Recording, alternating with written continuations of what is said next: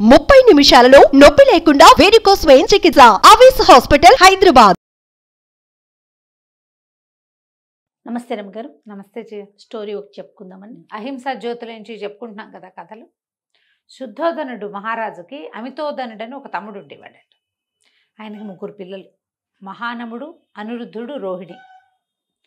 మహానముడు కొంచెం పర్వాలేదు, అనిరుద్ధుడు చాలా ప్రపంచ జ్ఞానం తక్కువ ఉన్నవాడు. వాడికి చాలా విషయాలు తెలియదు. అతను 7 ఏళ్ల వాడుగా ఉన్నప్పుడు స్నేహితులతోటి ఏదో ఆట పోటీలు పెట్టుకున్నాడట. పెట్టుకుంటే ఎవరు ఓడిపోతే వాళ్ళు బియ్యపు రొట్టె ఇవ్వాలి రెండో వాళ్ళకి. అనిరుద్ధుడు ఓడిపోయాడు. ఓడిపోతే వాళ్ళ అమ్మకి సేవకుడితో కబురు చేశాట, అమ్మ బియ్యపు రొట్టె పంపించు అని. బియ్యపు రొట్టెలు పంపింది 2. తినేశారు. మళ్ళీ ఆడారు. మళ్ళీ అనిరుద్ధుడు ఓడిపోయాడు. మళ్ళీ బియ్యపు రొట్టె పంపించమన్నాడు. 2 సార్లు 3 సార్లు వచ్చింది. 4వసారికి అయిపోయినాయి బియ్యపు రొట్టెలు, ఇక లేవు. ఆవిడేం చేసింది, ఖాళీ గిన్నె పంపిస్తే వాడికి అర్థమవుతుందని సైనికుడికి ఇక లేదని చెప్పు అని చెప్పి పంపించింది. అయితే ఆ గిన్నె అక్కడ పెట్టున్నప్పుడు ఎవరో ఒక రొట్టె పెట్టారు అందులో. అది పాత బియ్యపు రొట్టె లాంటిది కాదు, కానీ ఏదో ఒక రొట్టె. ఆ గిన్నె వచ్చింది. గిన్నె వస్తే గిన్నె తీసుకున్నాడు. గిన్నె తీసుకుంటే అందులో చిన్న రొట్టె ఉంది. అంతకుముందు రొట్టెలు ఇంతంతవి, చపాతీలు లాంటివి. ఇది అంతుంది, గుండ్రంగా కొంచెం ఎత్తుగా. అయితే ఇతను ఏం చేశాడు, ఆ రొట్టెని వాళ్ళకి ఇస్తే వాళ్ళు నువ్వు కూడా తిని, ఇదేదో కొత్తదంటే ఇద్దరు కలిసి తిన్నారు. ఈ సైనికుడు ఇక లేదు అని చెప్పాడు. వాడేమనుకున్నాడు, ఈ రొట్టె పేరే ఇక లేదనుకున్నాడు. వాళ్ళతో పాటు చిన్న ముక్క తిన్నాడు, ఇదేదో కొత్తగా ఉందని. అక్కడి నుంచి పరిగెత్తుకుంటూ తల్లి దగ్గరికి వచ్చి, అమ్మ ఈ ఇకలోదు రొట్టెలు ఎప్పుడు పెట్టలేదేమిటమ్మా, నాకు ఆ ఇకలేదు ఎక్కడుందో ఈ పట్టుకురా, నాకు పెట్టు మళ్ళీ అన్నాడు. వాళ్ళమ్మ నిర్ఘాంతపోయింది. నేనేం చెప్పాను, వీడికి ఏం అర్థమైంది? పళ్ళవే పంపించామనుకో, లేదని అర్థం చేసుకోవాలి. వాడి బుర్రకెక్కల. అలాంటి అమాయకపు ప్రాణి అనమాట అనిరుద్ధుడు. అయితే వీడికి 2-3 ఫ్రెండ్స్ ఉన్నారు, భద్రుడు, కింబిలుడు అని. ఆ భద్రుడు కింబిలుడు కూడా ఇలాగే పెరిగినట్టు కనపడుతుంది, తెలివి తక్కువగా. ఓసారి వీళ్ళకి 15 ఏళ్ల వయసు వచ్చాక భద్రుడు, కింబిలుడు, మన అనిరుద్ధుడు 3 కూర్చొని మాట్లాడుకుంటున్నారట. మాట్లాడుకుంటుంటే బియ్యం ఎక్కడి నుంచి వస్తాయి. ఆ కింబిలుడు అంటట, వాడు ఏం చెప్తున్నాడు, బియ్యం కడిగేందుకు ఒక పాత్ర ఉంటుంది, అందులోంచి వస్తాయిరా అంటట. కడిగే పాత్రలోంచి వస్తాయంటాడు ఒకడు. బాగుంది. అట్లా కాదు, అన్నం వండటానికి ఒక తపేలా ఉంటుంది, తపేలాలోంచి వస్తాయి బియ్యం అంటాడు. అన్నం తపేలాలోంచి వస్తుంది అంటాడు. మన అనిరుద్ధుడు అంటాడు, అనిరుద్ధుడు రోజు బంగారపు పళ్ళెంలో అన్నం తింటాడు, అన్నం బంగారపు పళ్ళెంలోనే పుడుతుందంటాడు. పోనీ అంత తెలివి అనమాట వాళ్ళకి. అయితే సరిగ్గా అదే కాలంలో ఏమైందట, బుద్ధుడు శాక్య వంశాల నుంచి ఒక్కొక్క కుటుంబం నుంచి ఒక్కొక్క కుర్రవాణ్ణి నా దగ్గరికి పంపమని కబురు చేశాడు. బుద్ధిజం కోసం సన్యాసుల్ని చేయటానికి కుటుంబానికి ఒకడిని చొప్పున. ఇప్పుడు ఈ అమితోధనుడి కుటుంబంలో 3 ఉన్నారు. ఒక మహానముడు, అనిరుద్ధుడు, రోహిణి ఆడపిల్ల కాబట్టి అమ్మాయి కాదు. మహానమ్ముడు వెళ్ళాలి, పెద్దవాడు కాబట్టి. అయితే ఆ మహానముడికి మహారాజ్యకాంక్షట. వాడు చాలా ఇవన్నీ ఎంజాయ్ చేయాలని అది ఉంటుంది. వాడికి సన్యాసం అంటే ఏమిటి, అనుభవం అంటే ఏమిటి, ఆ వ్యవహారాలన్నీ తెలుసు. వాడు తెలివి తక్కువవాడు కాదు, అనిరుద్ధుడు తెలివి తక్కువవాడు.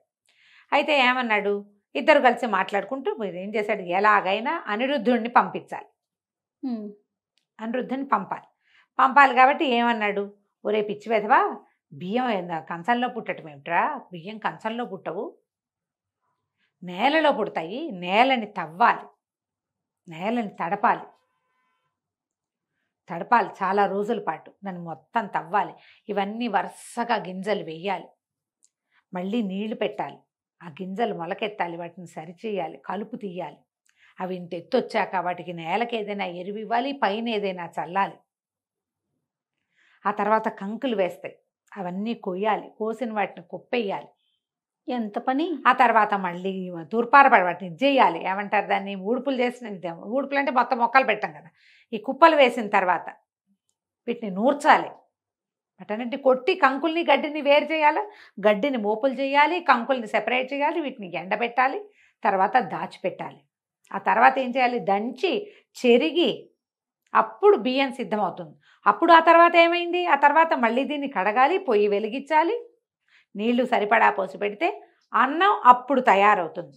అనిరుద్ధుడు ఆశ్చర్యపడి, ఏమిటి అంత పనే, కంచంలో పెడితే వచ్చేదా అన్నాడు. అనేసరికి మహానవుడు, అవునరా, ఇది 9 నెలల పని, ఈ పనులన్నీ నా వల్ల కాదురా, ఇవి వ్యవసాయాలు, అందుకే నేను బుద్ధుడి దగ్గరికి వెళ్ళిపోదాం అనుకుంటున్నా. రివర్స్ సైకాలజీ వాడాడు. వెళ్ళిపోదాం అనుకుంటా. బుద్ధుడు ఎట్లాగో శాక్య కుటుంబాల నుంచి ఒకడిని పంపించమన్నాడు కదా, నేను వెళ్ళిపోతా, హాయిగా నువ్వు ఇక్కడే ఉండు అన్నాడు. అనగానే అనిరుద్ధుడు అన్నాడు, ఓ నాయనా, నీకు కనీసం బియ్యం ఎలా వస్తాయో ఈ ప్రాసెస్ వ్యవహారం అంతా నీకు తెలుసురా, నాకు అస్సలు తెలీదు. తూ అంటే తా తెలీదు, నేనేం చేస్తాను ఇక్కడుండి ఈ వ్యవసాయాలు అవిను, నేనే వెళ్తాలే బుద్ధుడి దగ్గరికి, నువ్వే నీకు తెలుసు కదా, నువ్వు చేసుకుంటే మహానవుడు సంతోషించాడు. వాడికి కావాల్సింది అది. వాడికి ఏం కావాలి, తను వెళ్ళకూడదు, తని బదులు అనిరుద్ధుడిని పంపాలి. నేను వెళ్ళను, వీడిని పంపండి అంటే ఇంటిల్లి పాద ఏమంటారు, ఎవరెవరో ఇంత స్వార్థపరుడివి, అమాయక పక్షిని వాడిని పంపుతావా అంటారు. వాడికే పుర్రెక్కిచ్చామనుకో అంతే, వాడికి పుర్రెక్కిస్తే వాడు వెళ్ళిపోతాడు. అక్కడి నుంచి నేను బుద్ధుడి దగ్గరికి వెళ్ళిపోతా అని పరిగెత్తుకుంటూ వాళ్ళ అమ్మ దగ్గరికి వెళ్ళాడు 15-16 ఏళ్ళ అనిరుద్ధుడు. వెళ్ళి, అమ్మ నేను బుద్ధుడి దగ్గరికి వెళ్తానమ్మా అన్నాడు. ఆవిడ తెల్లబోయింది. రే నీకు ఎందుకురా నాయన, నీ వల్ల కాదురా, అవన్నీ నువ్వు చెయ్యలేవు, నువ్వు అమాయకుడివి అంటే, అమాయకుడు నేనమ్మా, అమాయకుడు కాబట్టి చేయగలుగుతాను, నేను వెళ్ళాల్సిందే, నేను ఈ పనులన్నీ చేయలేను, ఆ వ్యవసాయం నాకు రాదు, ఆ పనులన్నీ నాకు రావు, నేను ఏమైనా వెళ్తానని ఒంటి కాలు మీద నుంచున్నట్టు. నుంచుంటే మరి ఏం చేస్తారు? సరే ఆవిడేమంది, ఒరే నువ్వు ఒక్కడివే అయితే నేను నిన్ను పంపనురా, భద్రి కూడా నీతో వస్తానంటే పంపిస్తాను. భద్రి అప్పటికి ఇది మహానవుడు, మనవాడు అనిరుద్ధుడు రెండోవాడు కదా, భద్రికి కొంచెం రాచరికపు పనులలో పెట్టాడు వాళ్ళ నాన్న. వాడు కొన్ని లెక్కలు చుట్టాలు అవి చేసేవాడు. వీడంతే వెర్రి అప్పడం కాదు, వాడు కొంచెం బెటరు, రాచరికపు పనులలో ఉన్నాడు. వాడికి కొన్ని కోశాగార పనులు అవి అప్పచెప్పారు. మన అనిరుద్ధుడు పరిగెత్తుకుంటూ భద్రుడి దగ్గరికి వెళ్ళాడు. భద్రి మనం వెళ్దాం రా, ఎలాగూ మనకి శాక్యముని ఏం చెప్పాడు, మనకి ఒక్కొక్క శాక్యం అంతా నుంచి ఒకళ్ళు రమ్మన్నాడు, మా ఇంటి నుంచి నేను వస్తాను, మీ ఇంటి నుంచి నువ్వురా, కింబిల్ని కూడా తీసుకెళ్దాం, మనం అందరం ఒకే చోట ఉండొచ్చు అన్నాడు. అక్కడికి వెళ్ళి ఏం చేస్తామో అడుగు తింటామని తెలియదు పాపం, అమాయకుడు కదా అనేసరికల్లా భద్రుడు తెల్లబడి, ఒరే ఇంకా మనం చిన్నవాళ్ళం రా, మనం చాలా అనుభవించాలి, మనకి ఇంకా చిన్నతనం, మా అన్నయ్య వాళ్ళంతా బ్రహ్మాండంగా ఎంజాయ్ చేస్తున్నారు, మనం కూడా చెయ్యొచ్చు, ఇప్పుడే వెళ్ళటం ఎందుకురా అంటే ఒప్పుకోలే ఈ అనిరుద్ధుడు. పట్టిన పట్టు విడవల. ఒక 7 సంవత్సరాలు ఆగుదామన్నట్టు భద్రుడు. 7 ఏళ్ళు ఆగుదాం, 7 సంవత్సరాల తర్వాత అప్పుడు పుచ్చుకుందాం సన్యాసం అన్న ఒప్పుకోలే. ఇతను పిండిచ్చి మొత్తానికి గిల్లి ఎలాగోలాగా 7 రోజుల వ్యవధి మాత్రం ఇచ్చాడు. 7 డేస్ తర్వాత మనం వెళ్ళిపోవాలి వనానికి. అదేం వనంలో ఉండేవాడు అప్పుడు, కౌశాంబికి వెళ్ళటమో ఏదో చెప్పేవాడు, అక్కడికి వెళ్ళాలి. అక్కడి నుంచి వీళ్ళు ఒక సమూహం బయలుదేరారు. కుర్రవాళ్ళు కుటుంబం నుంచి ఒక్కొక్కరిని పంపమన్నాడుగా, ఒక 6-7 కుర్రాళ్ళు తయారయ్యారు. అక్కడి నుంచి వీళ్ళు కొంతమంది రాజకుమారులు 15-16 ఏళ్ళ వయసు ఉన్న వాళ్ళే. ఈవిడికేమో ఒప్పుకున్నాడు తల్లి, ఒప్పుకుంది కదా, మన అనిరుద్ధుడు తల్లేమో ఒప్పుకుంది. భద్రేమో తన స్నేహితుడు వెళ్తున్నాడు కాబట్టి తను కూడా వస్తానని ఒప్పుకున్నాడు. ఇట్లా మెల్లిగా 6-7 మగపిల్లలు చేరారు. ఆ కింబిలుడు వీళ్ళ స్నేహితుడు, తర్వాత యశోధర అన్న సుప్రబుద్ధుడు ఆయన పేరు, ఆయనకు కొడుకున్నాడు అతను. ఇట్లా ఒక 6-7 మంది కుర్రాళ్ళు మేము వినోదం కోసం ఎక్కడికో వెళ్తున్నామని ఇళ్లలో చెప్పి, సన్యాసం పుచ్చుకుంటామంటే పెద్దవాళ్ళు ఒప్పుకుంటారా? అదే కదా, ఒప్పుకోరు. కామ్గా వెళ్ళారు. వీళ్ళతో పాటు ఉపాలి అనే ఒక చాకలి వాడిని తీసుకెళ్లారు తమతో పాటు తోడుగా. వీళ్ళందరూ ఒక ఊరు వెళ్ళారు. ఆ ఊళ్ళో మాట్లాడుకున్నాక ఏం చేశారు, తమ నగలు నాణ్యాలు అన్నీ తీసి, ఒరే ఉపాలి నువ్వు ఈ నగ నాణ్యం అన్నీ పుచ్చుకుని పో, మేమేమో ఇక్కడి నుంచి అక్కడికి వెళ్ళిపోతాము, శాక్యవనానికి వెళ్ళిపోతాము, మేము సన్యాసం పుచ్చుకుంటామన్నారు. అనేసరికి వాడిని నిర్ఘాంతపోయాడు.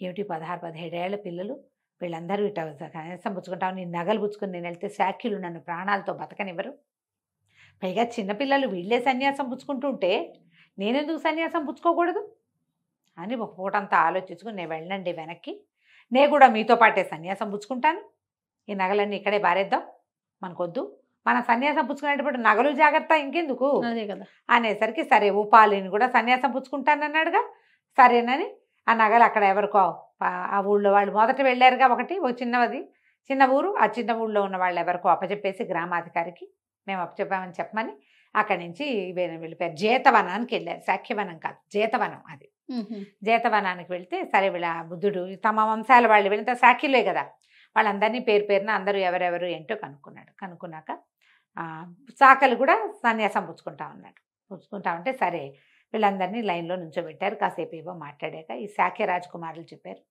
మేము ఎంత కాదన్నా రాజకుమారులం, ఈ రాచరికపు అహం పోదు, ముందు మీరు ఉపాలికి సన్యాసం ఇవ్వండి. ఇప్పుడు వాడు ఎవరు, చాకలంటే తమ కింద పని చేసేవాడు, వీళ్ళకి పక్కలు ఎత్తటము పక్కలు వేయటము స్నానానికి నీళ్లు తోటము ఆ పనులు చేసేవాడు వాడు. ఇప్పుడు వాడు ఒకసారి అతను సన్యాసం పుచ్చుకున్నాక అతనికి మేము నమస్కరించామంటే మా అహం అదే పోతుంది. ముందు ఉపాలికి ఇస్తే తర్వాత మేము సన్యాసం పుచ్చుకుంటామంటే ముందు ఉపాలినే బౌద్ధ భిక్షువుని చేశారు. అతనికి తలొంచి నమస్కారం చేసేసరికల్లా రాచరికపు ధోరణి వీళ్ళల్లో తగ్గిపోయింది. ఈ 6-7 రాకుమారులు సన్యసించారు. వీళ్ళల్లో ఆనందుడు అనేవాడు ఒకడు. ఆనందుడు తర్వాత బుద్ధుడితోటే ఉన్నాడు. ఎవరైనా ఒకరు తనకి ప్రత్యేకంగా సేవకి కావాలని ఆయన అనుకున్నాడట, తన వెనకాల ఉండటానికి, తనకు సహాయంగా ఉండటానికి. అయితే ఆనందుడేవో కొన్ని ఇవి పెట్టి, ఏమిటి, కొన్ని రూల్స్. మీరు విడిచిన బట్టలు నేను కట్టను, మీరు విడిచింది నేను తిన్ను, నేను తెచ్చిన భిక్షే మీరు తినాలి అని ఇలా కొన్ని రూల్స్ పెట్టి, ఈ రూల్ ప్రకారం ఉంటానంటేనే నేను బుద్ధుడి వెనకాల ఉంటానని ఒప్పుకున్నట్టు. కానీ ఎప్పుడూ ఆనందుడు బుద్ధుడిని వదిలిపెట్టలేదు. చివరి దాకా అన్ని బౌద్ధ జాతక కథల్లోనూ బుద్ధుడితోటి ఆనందుల వారు ఉన్నాడు అని చెప్తారు. ఆనందుడు ఉన్నాడు. అన్ని రూల్స్ పెట్టి అదేదో ఉద్యోగంలాగా స్వీకరించిన ఆనందుడు తర్వాత పరమ భక్తి శ్రద్ధలతోటి బుద్ధుడిని సేవించాడు. చివరి దాకా ప్రతి జాతక కథలోనూ బుద్ధుడి వెనకాల ఆనందుడి క్యారెక్టర్ మనకి కనపడుతూ ఉంటుంది అన్నమాట. ఈ కుర్రాళ్ళు అనిరుద్ధుడు వాళ్ళంతా కూడా సన్యాసులైపోయారు. అహింసా జ్యోతి ఎంత ఇంట్రెస్టింగ్గా ఉన్నాయి చూడు. మంచి మంచి కథలు ఉన్నాయి జయ. ఇవి చాలా పెద్ద పెద్ద గాథలు కాదు. విశాఖ కథే చాలా పెద్దది అన్నిటికంటే. కానీ మనం అది చెప్పుకున్నాం. అవునవును, చెప్పేసుకున్నాం కదా. అది కూడా మళ్ళీ ఇంకొకసారి చెప్దాం. అంటే ఇందులో ఉన్న వివరం వేరు. ఆ వివరం బేసిక్ కథ విశాఖ కథ అదే. వివరం బాగుంటుంది. తప్పకుండా మళ్ళీ చెప్తాం ఇంకొకసారి. నమస్తే. నమస్తే జయ. సుమన్ టీవీలో మీ పర్సనల్ అండ్ బిజినెస్ ప్రమోషన్స్ కోసం కింది నెంబర్కి కాంటాక్ట్ చేయండి.